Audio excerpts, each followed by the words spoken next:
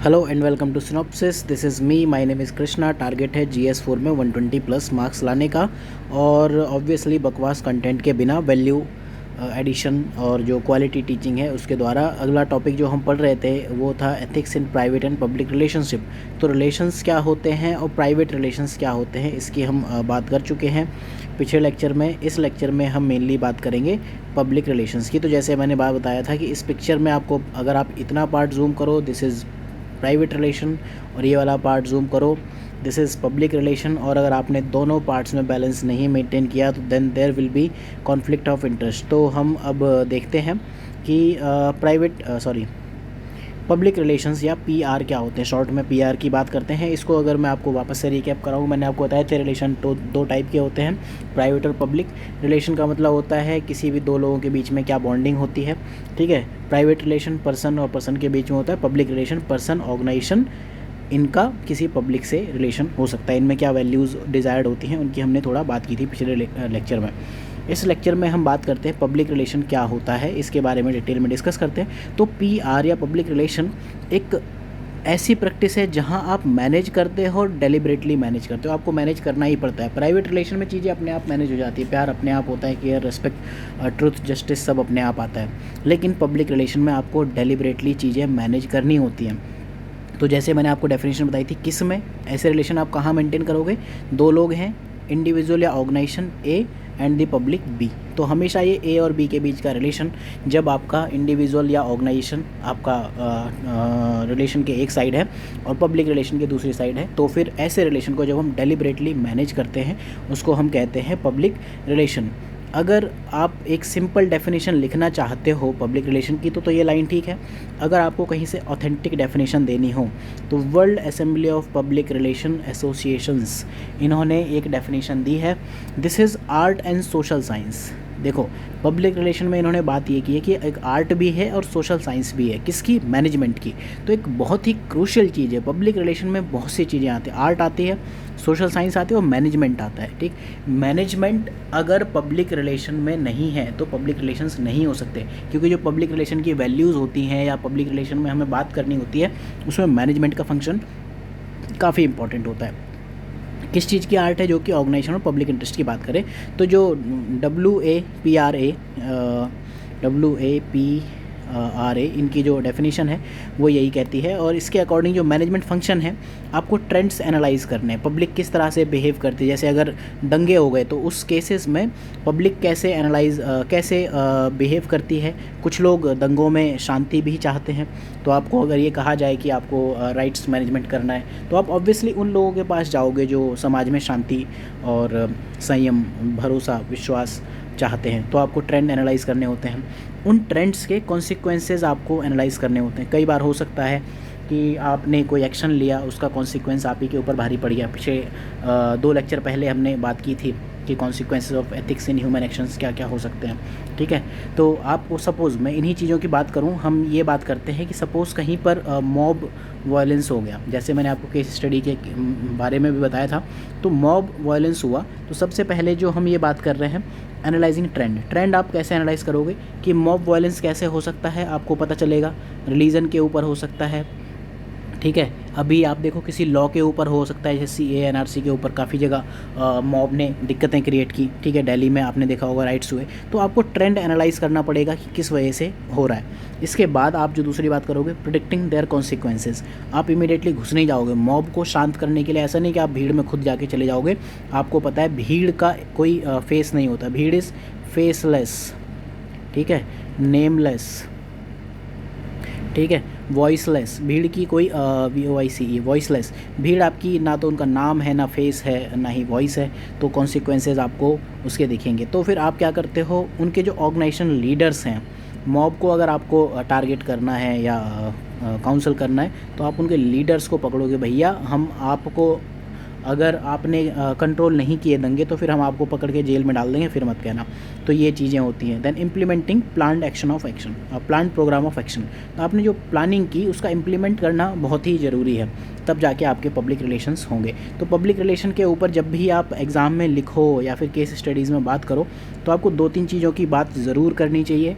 एक तो डेलिबरेटली, दूसरी मैनेजिंग या मैनेजमेंट, साथ में किन के बीच में है, ठीक है, ये हो गया। अगर आप इस एसोसिएशन का नाम, ऑर्गेनाइजेशन का नाम जानना चाहते हो, रट सकते हो तो रट लो, ठीक है। तो पब्लिक रिलेशन में एक ख़ास बात होती है कि जो पब्लिक है, अगर हम पब्लिक की बात करें, जैसे कि हमने बात की कि जो पब्लिक रिलेशंस होते हैं ए और बी के बीच में होते हैं, बी आपकी पब्लिक है, तो इसमें आप पब्लिक या फिर पब्लिक का जो फेस है, पब्लिक को जो रिप्रेजेंट करते हैं, यानी कि मीडिया हुआ, सोशल मीडिया हुआ, ये सब इम्पॉर्टेंट रोल प्ले करते हैं। तो पब्लिक रिलेशंस क्या करते हैं, आपको ऑर्गेनाइजेशन का फेस बताना होता है मीडिया के सामने, क्या कि ऑर्गेनाइजेशन का फेस क्या है, किस लिए काम करते हैं, इसके ऑब्जेक्टिव्स क्या हैं, मेनली आपको मीडिया के सामने बताना होता है। अगर आपने मीडिया में बता दिया तो फिर आप बहुत अच्छे से पब्लिक रिलेशन मेंटेन कर लोगे। तो इस तरह से आप देखते होगे, जैसे 17 पॉइंट चार्टर एक होता है, ठीक है, हर ऑर्गेनाइजेशन का, तो वो कहीं ना कहीं पब्लिक रिलेशन के लिए एक इम्पॉर्टेंट पॉइंट होता है। सिटीज़न चार्टर, ये GS2 में भी सिलेबस में है और GS4 में भी है सिलेबस में। तो सिटीजन चार्टर कहीं ना कहीं पब्लिक रिलेशन का एक पहला क्या बोलोगे आप, कॉर्नर स्टोन या फिर मतलब फाउंडिंग स्टोन है, उसके बिना आप पब्लिक रिलेशन मेंटेन नहीं कर सकते हो, ठीक है। तो पब्लिक रिलेशन जो कंट्रीब्यूट करते हैं, मीडिया को इन्फ्लुएंस करते हैं और जो स्टेक होल्डर्स हैं उनके बीच में रिलेशंस मेंटेन करके रखते हैं। अब जो फैक्टर्स हैं पब्लिक रिलेशन को जो आपके अफेक्ट करते हैं, जैसे हमने प्राइवेट रिलेशन में बात की थी, वहाँ पर जो इंटीमेट रिलेशन से रिलेटेड फैक्टर्स होते हैं वो आपको ज़्यादा अफेक्ट करते हैं। वहाँ पर थे प्राइवेट में लिमिटेड, पब्लिक में जो आपके हैं अनलिमिटेड इन्फ्लुएंसिंग फैक्टर, बहुत सारे फैक्टर्स हो सकते हैं। क्यों, जैसे मैं बताऊं आपको, पब्लिक रिलेशन में क्या होता है, प्राइवेट रिलेशन में तो ए और बी दोनों पर्सन हैं, आप इसका नेचर जानते हो, ठीक है। बी को अगर बी आपसे रूठ भी गया है तो आप उसको मनाने के लिए आपको पता है किस तरह से आप मनाओगे। लेकिन जब ए को बी से भी डील करना है, सी से भी डील करना है, ई से भी डील करना है, तो क्या होता है, आप इसको ऑब्जेक्टिवली डील कर सकते हो, इसको भी ऑब्जेक्टिवली डील कर सकते हो, इन सबको ऑब्जेक्टिवली डील कर सकते हो, लेकिन इसको ऑब्जेक्टिवली डील करने का तरीका अलग होगा, इसका अलग होगा, इसका अलग होगा। प्राइवेट रिलेशन में तो आपका ऑब्जेक्टिविटी काम आती है, लेकिन क्योंकि जो सोसाइटी है, society as a whole can never be objective, हमेशा सोसाइटी सब्जेक्टिव होती है। आपके पॉइंट ऑफ व्यू मेरे से डिफ़र कर सकते हैं। जैसे मेरी गाइडेंस सीरीज़ है तो कुछ लोगों को बहुत ही पसंद आती है और कुछ लोग बिल्कुल लिटरली शुद्ध हिंदी में बोले तो गरिया के चले जाते हैं। तो सब्जेक्टिव पॉइंट ऑफ व्यू है, मैंने जो कह दिया वो ज़रूरी नहीं उससे आप वो हो, सहमत हो। इसके अलावा पब्लिक रिलेशन में जब आप होते हो तो एक चीज़ आपको ध्यान रखनी होती है, आपके लिए जो पब्लिक है, पब्लिक ने जो वोट किए हैं, सपोज़ ये 3 ग्रुप हम बना लेते हैं। आज की डेट में रूलिंग पार्टी आपकी जो भी है, रूलिंग पार्टी ए है, ठीक है। तो जो ये ग्रुप 1 है इन्होंने ए को वोट किया है, ग्रुप 2 है इन्होंने ए के अगेंस्ट वोट किया है, और ग्रुप 3 है इन्होंने नोटा को वोट किया। लेकिन अब जब सरकार बन गई, ठीक है, तो ऐसा नहीं है कि जो एक ही सरकार है ये सिर्फ 1 के लिए है, ये सरकार उनके लिए भी है जिन्होंने उनके अगेंस्ट वोट किया था, उनके लिए भी है जिन्होंने वोट ही नहीं किया या नोटा प्रेस कर दिया, ठीक। तो पब्लिक रिलेशन में आपको ये चीज़ इंश्योर करनी होती है कि ऑब्वियसली आपने कोई एक्शन लिए या गवर्नमेंट कोई पॉलिसी बनाएगी तो गवर्नमेंट प्राइमरीली ध्यान रखेगी कि इस ग्रुप को वो एड्रेस करे। लेकिन जब आप एडमिनिस्ट्रेटर हो, जब आप एग्जीक्यूट कर रहे हो प्रोग्राम्स को, तो आपको ये चीज़ समझनी पड़ेगी कि वो एग्जीक्यूशन करते टाइम कोई भी ऐसा ग्रुप ना हो, ये वाला या ये वाला, जो खुद को अपने आप गवर्नमेंट की पॉलिसीज़ से अलग थलग या एलिनेटेड फील करे, क्योंकि गवर्नमेंट सबके लिए होती है, चाहे उन्होंने वोट दिया हो और चाहे ना दिया हो। पब्लिक रिलेशन इसीलिए जो मैनेज करना होते हैं उनका मैनेजमेंट होता है टफ़, वहाँ पर आप दिक्कत में इस वजह से आते हो, क्योंकि ये कभी ऑब्जेक्टिव नहीं होता है, ठीक है। फैक्टर्स क्या क्या अफेक्ट करते हैं, कॉन्स्टिट्यूशन, ऑब्वियसली जो आपका कॉन्स्टिट्यूशन है, पिछले लेक्चर अगर आपने समझा होगा तो अब आपको समझ में आ रहा होगा। कॉन्स्टिट्यूशन और लॉ, इनको हम एक ही ग्रुप में रखते हैं। Constitution supreme law of the land है, कॉन्स्टिट्यूशन से ही जो वैल्यूज़ ड्राइव करके और लॉ या सब लॉ या रूल्स या रेगुलेशंस वो बनते हैं। तो लॉ को हम लॉ के चैप्टर में ऑलरेडी पढ़ चुके हैं। नेशन और कंट्री, नेशन और कंट्री में डिफरेंस क्या होता है, कंट्री तो एक पॉलिटिकल कॉन्सेप्ट हो गया, कंट्री एक पॉलिटिकल कॉन्सेप्ट है, नेशन एक आपका कल्चरल कॉन्सेप्ट होता है मेनली, ठीक है। नेशन मतलब आपकी जो कॉमन इंटरेस्ट हैं उसके बेस पर आप एक नेशन बना सकते हो। जैसे मैं कहूँ डोसा खाने वालों का एक अलग नेशन हो सकता है, ठीक है, जिनकी जो रेशियल कैरेक्टरिस्टिक, जिनके बाल ऐसे हैं, उनके नेशंस अलग हो सकते हैं। ठीक है, जिनकी आँखें ऐसी हैं उनके नेशंस अलग हो सकते हैं। तो नेशन है ना, ये शेयर्ड वैल्यूज़ के ऊपर आता है। एक ही कंट्री में कई तरह के नेशंस हो सकते हैं, ये आपको ध्यान रखना पड़ेगा। कंट्री एक पॉलिटिकल फीचर है, नेशन एक आपका सोशियो कल्चरल फीचर है। पीपल लोगों के ऊपर डिपेंड करता है पब्लिक रिलेशन, जैसे मैंने बताया आपको कि कभी भी लोग ऑब्जेक्टिव नहीं हो सकते। डेमोक्रेसी में सबसे बड़ी दिक्कत यही है ना कि सोसाइटी तो सब्जेक्टिव है, तो हमेशा कुछ ना कुछ विरोधी रहेंगे, चाहे किसी भी पार्टी की गवर्नमेंट क्यों ना हो जाए, आप कितना ही अच्छा एडमिनिस्ट्रेशन क्यों ना कर लो, आपको गालियाँ पड़ेंगी। देन ऑर्गेनाइजेशनल और ब्यूरोक्रेटिक नॉर्म्स क्या हैं, ठीक है, उस ऑर्गेनाइजेशन में जिसमें आप काम कर रहे हो उसके नॉर्म्स क्या हैं। ऑब्वियसली जैसे कि मैंने आपको बताया, ये जो नॉर्म्स हैं ये आपके सिटीज़न चार्टर सीसी में डिफ़ाइन होते हैं, तो वो नॉर्म्स के बियॉन्ड आप नहीं जा सकते। जैसे मैंने आपको कल कहा था, suppose you are working on department of railways, ठीक है, और you are working on department of space, तो आपके ऑर्गेनाइजेशन के नॉर्म्स ही डिफरेंट होंगे। डिपार्टमेंट ऑफ रेलवे में आप वहाँ डीआरएम के ऑफिस में भी बेधड़क घुस सकते हो, डिपार्टमेंट ऑफ स्पेस में तो इनफैक्ट कंट्री का जो प्राइम मिनिस्टर है उसको भी घुसने के लिए पूरा प्रोटोकॉल फॉलो करना पड़ता है, जो नॉर्मल तो बाकी तो लीडर्स की बात ही छोड़ दो। फिर profession to profession public relations vary करते हैं। इसके बाद ऑब्वियसली कुछ जो पर्सनल फैक्टर्स हैं वो भी पब्लिक रिलेशन में इम्पॉर्टेंट रोल प्ले करते हैं। तो इसमें से आपके फैमिली आ सकता है, पीयर ग्रुप, आसपास के लोग कैसे हैं, वो भी पब्लिक रिलेशन को काफ़ी हद तक डिटरमाइन करते हैं। क्लास मतलब ये फर्स्ट और सेकंड क्लास नहीं है, क्लास मतलब जो होता है अमीर, रिच और गरीब, पुअर, जो क्लास डिवाइड है, जो कि कार्ल मार्क्स ने बताया था, क्लास डिवाइड का कॉन्सेप्ट उसके ऊपर होता है, ठीक है। पब्लिक इंटरेस्ट, पब्लिक क्या चाहती है उसके ऊपर ही अल्टीमेटली आप कॉन्स्टिट्यूशन बनाते हो, उसी से लॉ बनाते हो, उसी से नेशन बनता है, उसी से कंट्री बनती है।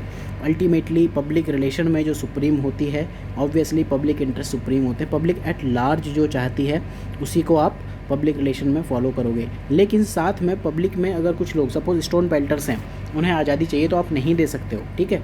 लेकिन अगर वही लोग कल के दिन कंट्री को आज़ाद कर ले गए या अपने नेशन को आज़ाद कर ले गए, तो वही जो आज आपके लिए नेगेटिव लोग हैं वही कल के दिन वहाँ पर हीरो होंगे। जैसे कि अगर हम भगत सिंह की बात करें तो आप देखते होंगे कि जो हमारी मॉडर्न हिस्ट्री है उनको टेररिस्ट वाले पार्ट में दिखाती है। क्यों? क्योंकि तब भी गवर्नमेंट ऑफ इंडिया थी, आज भी गवर्नमेंट ऑफ इंडिया, उस टाइम की गवर्नमेंट के लिए उन्होंने एंटी गवर्नमेंट एक्टिविटी की थी, तो आज तक हमारी गवर्नमेंट ने उसको करेक्ट नहीं किया। इसके अलावा ह्यूमैनिटी, रिलीजन और गॉड भी पब्लिक रिलेशंस को काफ़ी हद तक इम्पैक्ट करते हैं। मतलब पब्लिक रिलेशन में आप अगर एक चीज़ ऑब्जर्व करो तो जो ये प्राइवेट रिलेशन वाले फैक्टर हैं वो तो हैं ही, साथ में पब्लिक रिलेशन के फैक्टर्स भी हो सकते हैं और भी कई फैक्टर्स हो सकते हैं। इस वजह से इनके एक अनलिमिटेड इन्फ्लुएंसिंग फैक्टर्स होते हैं। तो पब्लिक रिलेशन में अगर हम बात करें क्या क्या हो सकते हैं, फाइनेंशियल रिलेशन हो सकते हैं, आप पैसा कैसे खर्च करते हो, लोगों से पैसा कैसे ले सकते हो, ठीक है। सिनॉप्सिस में मेरे आपके जो पब्लिक रिलेशन हैं वो एक टीचर और स्टूडेंट के हैं, ठीक है, साथ में एक बिजनेसमैन के हैं कि सिनॉप्सिस आपको एक प्रोडक्ट दे रहा है, ठीक है, उसके कुछ पैसे लेता है और आप उसका फ़ी पे करते हो। तो फाइनेंशियल पब्लिक रिलेशन किस टाइप के हैं? क्राइसिस कम्युनिकेशन, जैसे अभी अब एग्ज़ाम पास में आ रहा है, आप में से कई लोग कहते हो सर सिलेबस स्लो चल रहा है या ये कोर्स नहीं हुआ, तो उसके लिए अब ये क्राइसिस के टाइम पे मैं आपसे कैसे कम्युनिकेट करूँ कि सिलेबस कंप्लीट हो जाएगा, आप तैयारी जारी रखो, ठीक है, और आप किस तरह से उस चीज़ को हैंडल करते हो। तो ये 2 वे प्रोसेस हो सकता है पब्लिक रिलेशन में, ठीक है। इंटरनल कम्युनिकेशन, आपने बताया कि भैया सिलेबस कंप्लीट नहीं हुआ और अब ये मेरा काम है इंटरनली इस चीज़ को इंश्योर करना कि ऐसी क्या गड़बड़ हो रही हैं जिनकी वजह से ये दिक्कतें आ रही हैं, ठीक है। देन गवर्नमेंट रिलेशंस हो सकते हैं, सिनॉप्सिस के गवर्नमेंट से अलग रिलेशंस हो सकते हैं, आप जो पैसे देते हो उसमें 30% मुझे टैक्स भरना है, ये भी हो सकता है। मीडिया रिलेशन हो सकते हैं, ये सोशल मीडिया के रिलेशन भी हो सकते हैं और डिजिटल मीडिया के भी हो सकते हैं, प्रिंट मीडिया, इलेक्ट्रॉनिक्स मीडिया, किसी से भी हमारे रिलेशंस कैसे भी हो सकते हैं। ये सोशल मीडिया मार्केटिंग, SMM आजकल एक नया फील्ड है। डिजिटल मार्केटिंग जब आप पढ़ते हो तो उसमें एक इंपॉर्टेंट पार्ट है सोशल मीडिया मार्केटिंग। मेनली जो सोशल मीडिया के जो इंपॉर्टेंट चैनल्स होते हैं, फेसबुक, ट्विटर और क्या क्या होते हैं, टिंडर, आई थिंक टिंडर एक सोशल मीडिया नहीं है, और क्या क्या हो सकते हैं, एक जो 15 सेकंड वाले जो वीडियो बनाते थे, TikTok. TikTok is a classical example of parenting failure, ये किसी ने बहुत अच्छी लाइन लिखी थी। तो खैर ये सब सोशल मीडिया मार्केटिंग के टाइप्स हैं, तो पब्लिक रिलेशन में ये सारी चीज़ें इंक्लूडेड होती हैं। पब्लिक रिलेशन की हमने बात कर ली थी, मैनेजमेंट फंक्शन है, it is indispensable for any organisation. अगर आप पब्लिक रिलेशंस प्रॉपर्ली मैनेज नहीं करते हो तो फिर आपकी ऑर्गेनाइजेशन का सत्यानाश होना तय है, नाश ही नहीं सत्यानाश। तो पब्लिक रिलेशन के साथ एक खास बात होती है, ये किसी के भी नैरो सर्कल ऑफ इंटीमेसी से दूर होता है। मतलब कलीग, कस्टमर, पॉलिटिशियन, स्ट्रेंजर्स, इन चीज़ों से डिपेंड नहीं करेगा। कोई पॉलिटिशियन आपको आके धमका दे तो इसका मतलब ये नहीं कि आपकी जो पब्लिक रिलेशन या पब्लिक सर्विस वैल्यूज़ है वो चेंज हो जाए, नहीं, ये आपको ध्यान रखना पड़ेगा। तो इस तरह की काफ़ी चीज़ होती है। लेकिन जो प्राइवेट रिलेशंस होते हैं उनमें ऑब्वियसली वो यहीं तक रेस्ट्रिक्टेड ही होता है, ठीक है। इसमें क्या होता है, two way channel of communication होता है और टू वे अंडरस्टैंडिंग होती है। आपको पब्लिक को कुछ बताना है, जैसे मेन जो पब्लिक रिलेशन को मेंटेन करने का पॉइंट है जिससे हम करते हैं maintain, that is citizen charter, और जो code of ethics, code of conduct, इसी के कुछ पार्ट्स हैं, तो उनको हम सिलेबस के कोड ऑफ कंडक्ट और कोड ऑफ एथिक्स, इन पर हम काफ़ी बात ऑलरेडी कर चुके हैं, लेकिन डिटेल में इनमें क्या बातें होती है इन्हीं के एक लेक्चर में हम डिसाइड करेंगे। एट्रीब्यूट्स ऑफ पब्लिक रिलेशन, जैसे कि हमने प्राइवेट में पढ़े थे, यहाँ भी हम पढ़ेंगे। पब्लिक रिलेशन मोस्टली इनहेरिटेड नहीं होते, ठीक है। इनमें जो लोगों के एंगेजमेंट्स होते हैं, जुड़े होते हैं, वर्क और बेनिफिट की वजह से होते हैं कि भैया आपका या तो काम है, ठीक है। अगर आप कहीं के एसडीएम बन गए तो आपका काम है कि वहाँ के जो भी कास्ट सर्टिफिकेट है या डोमिसाइल सर्टिफिकेट है वो आपके थ्रू ही साइन होके जाएंगे, तो ये आपका काम ही है। और बेनिफिट क्या है, सामने वाले का कुछ बेनिफिट होता है कि वो उस कास्ट सर्टिफिकेट हो या डोमिसाइल सर्टिफिकेट को लेकर कहीं उसका आगे फर्दर कैसे यूज़ करता है। तो ये आपके हमेशा इनहेरिटेड नहीं होंगे, लेकिन कभी कभी इनहेरिटेड भी हो सकते हैं। जैसे पब्लिक रिलेशन में आप देखते हो पॉलिटिकल पार्टीज़ होती हैं, तो उसमें जो किनशिप वाला कल्चर चलता है, लगभग सभी पार्टीज़ में ये एग्जिस्ट करता है कि अगर फादर पॉलिटिकल पार्टी में है तो फिर सन या डॉटर भी पॉलिटिकल पार्टी में आएंगी, फिर उसके उसके उसके चलते रहेंगे। कुछ पॉलिटिकल पार्टीज़ में ये ज़्यादा है, कुछ में कम है, लेकिन एग्जिस्ट सब में करता है। तो ये उस केस में हो सकता है इनहेरिटेड ना भी हो, ठीक है। These are relatively non permanent. Public relation non permanent है। जैसे अभी हम पॉलिटिकल पार्टी की ही बात करें, अगर एक पार्टी की सरकार है तो वो आपके लिए 5 साल के लिए आपको प्रधानमंत्री बना के देते हैं। जैसे ही दूसरी पार्टी की सरकार आ जाती है तो आपके प्रधानमंत्री चेंज हो गए। तो पब्लिक रिलेशन नॉन परमानेंट है। अगर आप ऑफिस में बैठे हो, एसडीएम हो या डीएम हो, जैसे ही आपने किसी का काम किया, अब आपके उनके पब्लिक रिलेशंस ख़त्म हो गए, ठीक है। तो public relations these are likely to be instrumental, well defined होते हैं। अकाउंटेबिलिटी और रिस्पॉन्सिबिलिटी इसके गाइडिंग मैकेनिज्म है, और वेल डिफाइंड इसके जो ऑब्जेक्टिव्स हैं बहुत ही क्लियरली डिफाइन होंगे। सिटीजन चार्टर में और कोड ऑफ एथिक्स, ये सब क्या है, आपके ऑब्जेक्टिव्स बताने के तरीके हैं। तो जो भी ये मेथड्स हैं ये मैकेनिकल होते हैं, इंस्ट्रूमेंटल बहुत ही वेल डिफाइंड है। यहाँ पर जैसे कि मैंने बताया था, टॉलरेंस फॉर इम्परफेक्शन नहीं होती है। अगर आप किसी का सर्टिफिकेट नहीं बना पाए तो आपके अगेंस्ट फिर जा सकता है कोर्ट में जस्टिस सुंदरलाल त्रिपाठी के पास, तो त्रिपाठी जी फिर उसका न्याय करेंगे, ठीक है। और आपको कंपनसेशन देना पड़ सकता है, ठीक, कई चीज़ें होती हैं। तो टॉलरेंस तो नहीं ही यहाँ पर आपको मिलेगा, ठीक है। अगर आपकी वजह से कोई स्टूडेंट का एक डोमिसाइल सर्टिफिकेट बनना था, आपने टाइम पर बना के नहीं दिया और वो एग्ज़ाम में नहीं बैठ पाया, तो आपको फिर कोर्ट में घसीट सकता है। तो ये चीज़ आपको समझनी पड़ेगी। पब्लिक रिलेशन में इस टाइप की चीज़ें नहीं होती। साथ में प्राइवेट रिलेशन में हमारी एक्सपेक्टेशन 4 होती है लव, केयर। यहाँ पर हमारी लव और केयर की एक्सपेक्टेशंस नहीं होती, रेस्पेक्ट की एक्सपेक्टेशन होती है। मैं ये चाहूँगा कि मेरे जो सबॉर्डिनेट्स हैं वो मेरी इज्जत करें, प्यार ना करें। प्यार करने पे फिर मेरे जो प्राइवेट रिलेशंस हैं वहाँ पर आएगा कॉन्फ्लिक्ट ऑफ इंटरेस्ट, वो दिक्कतें होंगी। तो यहाँ पर पब्लिक रिलेशन में जो इंपॉर्टेंट चीज़ें होती है, जैसे कि हमने जो फर्स्ट इमेज देखी थी, उस इमेज में मैंने यही बताया था कि ये जो प्राइमरी क्लस्टर ऑफ रोल्स हैं ये आपको मैनेज करने पड़ेंगे। पर्सनल और फैमिली स्फेयर में आप कैसे मैनेज कर रहे हो, ठीक है। अपने ज्यूरिस्डिक्शन, मतलब आपके जो रोल्स हैं, ड्यूटीज़ हैं, ठीक है, जो आपकी रिस्पॉन्सिबिलिटी और अकाउंटेबिलिटी दोनों चीज़ें आती है इसमें, आप उसके साथ कैसे जस्टिस कर रहे हो। अपार्ट फ्रॉम दैट आप सोसाइटी और ह्यूमैनिटी एट लार्ज कैसे काम कर रहे हो। जैसे आप पब्लिक ऑफिशियल हो, आप एडमिनिस्ट्रेटर हो, तो आपके पास जो इम्पोर्टेंट चीज़ है, यू हैव टू एग्जीक्यूट। आपको जो भी ऑर्डर दिया गया आपको एग्जीक्यूट करना ही करना है। You don't have any other option. तो आप उसको कैसे एग्जीक्यूट करते हो, सोसाइटी एट लार्ज या पब्लिक एट लार्ज का कैसा भला हो सकता है। एग्जीक्यूशन आपको नहीं पसंद आ रहा है तो आप रिज़ाइन कर सकते हो, ठीक है, एग्ज़िट कर सकते हो, यू कैन एग्ज़िट। लेकिन उसके बाद आप ऑर्गेनाइजेशन को गाली देने से अच्छा है कि आप दूसरे किसी कॉज में लगो और सोसाइटी और ह्यूमैनिटी का एट लार्ज भला करने की कोशिश करो। एक नोलन कमेटी बनाई गई थी यूएसए में, तो इन्होंने 7 प्रिंसिपल ऑफ पब्लिक लाइफ दिए थे। तो आईएएस हो लो या आईएसओ हो लो, तो इन्होंने कहा था भैया ये रट लोगे तो आईएएस हो जाओगे आप, आईएएस हो लो। तो ये जो कीवर्ड्स हैं, टर्म्स हैं, इनको हम इस लेक्चर में तो नहीं पढ़ेंगे। Integrity, accountability, leadership, openness, honesty, objectivity, selflessness, ये सारे एक एक करके सिलेबस में लिखी हुई है ये टर्म्स। तो हम वहाँ पर बात करेंगे इस बारे में। ये देखें अगर हम यहाँ पर, तो यहाँ पर जो एप्टीट्यूड फाउंडेशनल वैल्यूज़ हैं यहाँ लिखी हुई हैं, integrity, impartiality, non partisanship, objectivity, dedication to public service. तो नोलन कमेटी ने जो बनाए थे वो कुछ उन्होंने 7 पॉइंट्स दिए। तो अगर आपको रटना हो तो रट लो ये 7 पॉइंट्स क्या हैं नोलन कमेटी के, और नहीं रटने तो आपकी मर्जी। आप सीधे कह सकते हो नोलन कमेटी ने कुछ पब्लिक लाइफ के लिए कुछ 7 प्रिंसिपल्स या 7 वैल्यूज़ बताई हैं। तो वैल्यूज़ काफ़ी लोगों ने बताई। Nolan committee world wide famous है। इंडिया में आप नोलन कमेटी के बदले 2nd ARC लिख सकते हो, कॉन्स्टिट्यूशनल वैल्यूज़ लिख सकते हो, काफ़ी चीज़ें हो सकती हैं। तो इसका शॉर्ट यही है, बाकी तो मुझे याद नहीं होते थे। अब हम अगर बात करें unethical means in public relations, कब पब्लिक रिलेशन की जो बात है वो मिथ्या हो जाएगी और वाहियात हो जाएगी। पहली चीज़, अगर आपने कुछ फैक्ट्स मिस रिप्रेजेंट कर दिए, आपको कुछ चीज़ बताई गई थी, आपसे पूछा गया कि आपने कितना पब्लिक फ़ंड खर्च किया, आपने कहा कि मैंने खर्च 100 रुपये किए, लेकिन एक्चुअल में तो आप 20 रुपये खा गए थे, ठीक है। तो आपने फैक्ट्स मिस रिप्रेजेंट कर दिए। दूसरा, अनफेवरेबल न्यूज़ आपने सप्रेस कर दी, मतलब कि कोई ऐसी न्यूज़ जिसकी वजह से आपका कोई आपने गलत काम किया, ठीक है, मिसकंडक्ट किया, वो आपने छुपा लिया। इस टाइप की न्यूज़ को आप सप्रेस कर सकते हो, ठीक है। एडिटर्स को आप कहते हो, जैसे आज की डेट में जो मीडिया है उसके ऊपर ये बहुत ज़्यादा डिबेट चलती है कि ZTV अच्छी है कि NDTV अच्छी है या फिर दोनों ही फालतू हैं, ठीक है। तो आप देखोगे जो मीडिया की दिक्कत है वो इस वजह से कि पब्लिक रिलेशंस ख़राब हो रहे हैं। इस वजह से जो मीडिया है वो भी विद टाइम पेड मीडिया में बदलती जा रही है। देन फेवरेटिज्म, आप किसी एक ग्रुप का फेवर लो, जैसे कि मैंने बताया था, आप वोट, अगर किसी A ने आपको वोट दिया है, ग्रुप 1, 2, 3 ने, तो अगर 1 ने ही पार्टी A को वोट दिया है तो आप सिर्फ 1 का ही फेवर कर रहे हो। तो ये चीज़ें नहीं करनी चाहिए, अदरवाइज़ वो अनएथिकल मीन्स में आएगा।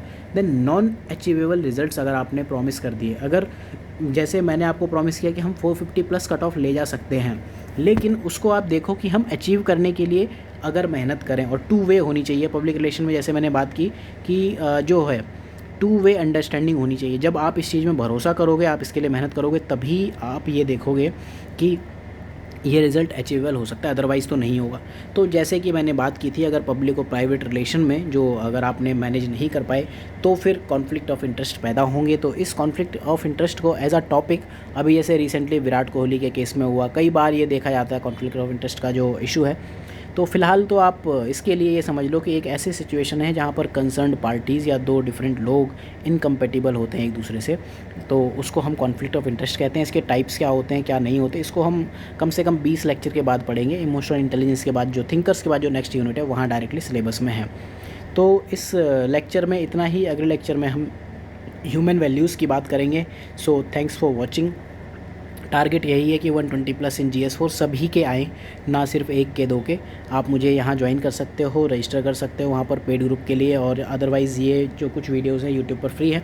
साथ में आपका ये कहना है कि जो लेक्चर्स है उसमें थोड़े से इश्यूज़ हैं कि टाइम टेबल प्रॉपर नहीं है।